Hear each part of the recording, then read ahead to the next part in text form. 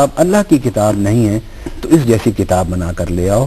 گویا قرآن پاک نبی پاک صلی اللہ علیہ وسلم کا معجزہ اس لیے ہے، کتاب تو اللہ کی ہے لیکن معجزہ نبی پاک صلی اللہ علیہ وسلم کا ہے اس لیے کہ اس کتاب کا ظہور حضور کی زبان اقدس سے ہوا ہے. اور حضور صلی اللہ علیہ وسلم نے یہ کتاب جب انسانیت کے سامنے رکھی تو انہیں کہا کہ لڑائی جھگڑا نہ کرو، اسلام کو مٹانے کے لیے کسی تلوار کی ضرورت نہیں ہے، اسلام کو مٹانے کے لیے کسی جنگ و جدل کی ضرورت نہیں ہے. اسلام کو اگر مٹانا چاہتے ہو تو اتنی بڑی بڑی لڑائیاں کیوں لڑتے ہو؟ قرآن نے خود کہہ دیا ہے کہ قل ہاتوا برہانکم ان کنتم صادقین، اگر تم سچے ہو تو لے آؤ کوئی دلیل، قرآن جیسی کوئی آیت، قرآن جیسی کوئی سورت، قرآن جیسی کوئی کتاب بنا کر لے آؤ.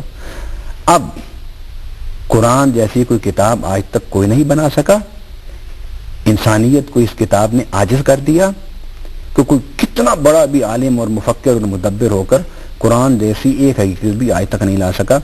اس لیے قرآن پاک کو نبی پاک صلی اللہ علیہ وسلم کا ابدی اور دائمی معجزہ قرار دیا گیا ہے. حضرت صاحب، آپ صلی اللہ علیہ وآلہ وسلم کی ذات مبارکہ ایک معجزہ، قرآن کریم بھی اللہ تعالیٰ کا ایک معجزہ. آپ یہ فرمائیے گا کہ آپ صلی اللہ علیہ وآلہ وسلم کے صحابہ کرام جو تھے ان کو کون سی کرامات تھیں جو اللہ تعالیٰ نے ودیت کی اور ان کا انہوں نے اظہار کیا دنیا کے سامنے؟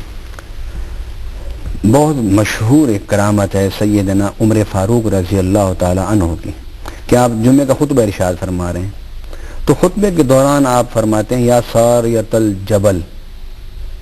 حضرت سارے ایک صحابی تھے، وہ جنگ میں مشغول تھے اور وہ اپنے سامنے جو دشمن کی فوجیں تھیں ان پر فوکس کیے ہوئے تھے توجہ کو، اور پیچھے سے دشمن پہاڑی کے دوسری طرف سے چکر کاٹ کے ان کے عقب پر حملہ کرنا چاہتا تھا.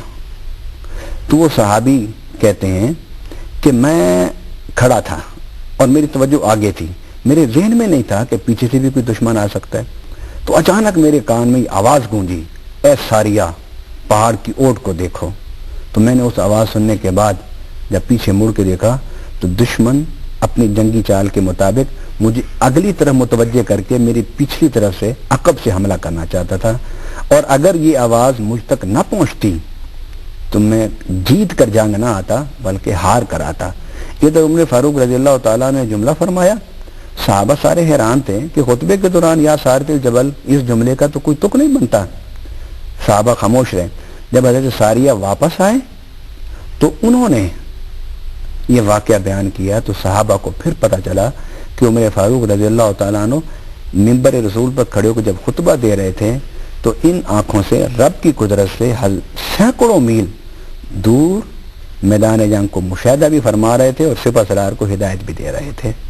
ایک اور صحابی ہیں، وہ کہتے ہیں کہ میں جنگل میں جا رہا تھا تو سفر کر رہا تھا تو سامنے سے نا ایک شیر آ گیا سامنے سے. اب میں گھبرا سا گیا کہ اس شیر کو میں کیسے بچوں، اس شیر کو میں کیسے روکوں، اس شیر سے میں کیسے نجات حاصل کروں. تو اچانک صحابی کہتے ہیں کہ میری زبان سے نا یہ جملہ بے ساختہ نکلا، یا محمد. یہ جملہ نکلنا تھا کہ وہ جو شیر مجھ پر حملہ آور ہونا چاہتا تھا وہ میرے سامنے سر جھکا کے جس طرح کتا دم ہلاتا ہے اس طرح کھڑا ہو گیا، اور اس نے اپنی پیٹھ میرے لیے پیش کی کہ تم اس پر بیٹھ جاؤ. صحابہ کرام کے بے شمار کرامات، یہ ایک چیپٹر ہے صحابہ کرام کی کرامات کا. ویسے تو ولی، نبی بھی ولی ہوتا ہے کیونکہ ولایت کا معنی ہوتا ہے اللہ سے تعلق، اللہ سے قرب، لیکن اللہ سے جو نسبت اور تعلق نبی کی ہوتی ہے اس سے اوپر ایک درجہ اس کو مل چکا ہوتا ہے جس کو نبوت و رسالت کہتے ہیں. اس لیے ان کو ولی کہنے کی بجائے ہم نبی اور رسول کہتے ہیں.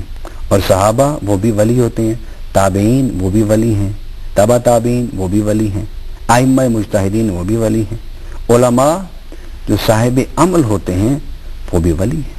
علامہ صاحب، اللہ تعالیٰ کی ذات مبارکہ نے اپنے انبیاء کو معجزے دیے، اس کے بعد صحابہ کرام کو اور اولیاء اللہ کو کرامات دی، لیکن آج کے اس دور میں ہم دیکھتے ہیں کہ بہت سارے لوگ ہیں جو بہت کچھ کر دکھاتے ہیں، بعض دفعہ وہ ہمیں شعبدہ باز لگتے ہیں، بعض دفعہ ہمیں لگتے ہیں کہ یہ بندہ جھوٹا ہے اور یہ بالکل اپنے جھوٹ کے ذریعے دوسرے کو متاثر کرنے کی کوشش کر رہا ہے.